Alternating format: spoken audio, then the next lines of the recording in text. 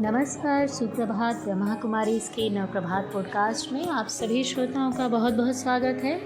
मैं डॉक्टर मेधावी। आज हम बात करेंगे एक ऐसी कहानी की जो हमें चमगादड़ के व्यवहार की दास्तान बयां करती है।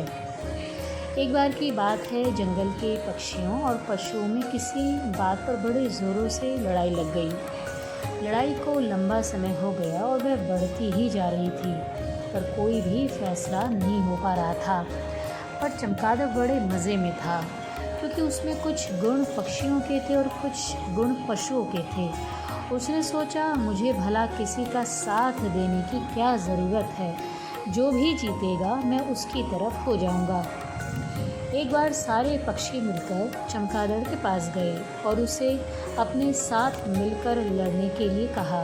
पर चमगादड़ ने मुस्कुराते हुए कहा, भाई, मैं तो पशुओं की कोटि में आता हूँ, तो फिर भला मैं तुम्हारी मदद क्यों करूँ। कुछ समय के बाद जंगल के पशु उसके पास गए और लड़ाई के लिए साथ देने को कहा। पर चमगादड़ ने फिर कहा, भाई, मैं तो पक्षी हूँ, तो फिर मैं भला तुम्हारी मदद कैसे कर सकता हूँ। पशुओं और पक्षियों की इस लड़ाई में बहुत समय तक निरंतरता रही, पर चमगादड़ सबसे अलग बैठा मौज करता हुआ देखता रहा। फिर आखिर पशुओं और पक्षियों ने सोचा, बेकार लड़ने से क्या फ़ायदा, इससे दोनों ही पक्षों का बहुत नुकसान हो भी चुका है, इसीलिए अब हमें सुलह कर लेनी चाहिए। जल्दी ही पशु और पक्षी पहले की तरह मिलजुल कर रहने लगे, पर किसी ने भी चमगादड़ पर ध्यान नहीं दिया। तब एक दिन खुद वह पक्षियों के पास गया और बोला, मैं तो पक्षी हूँ ही।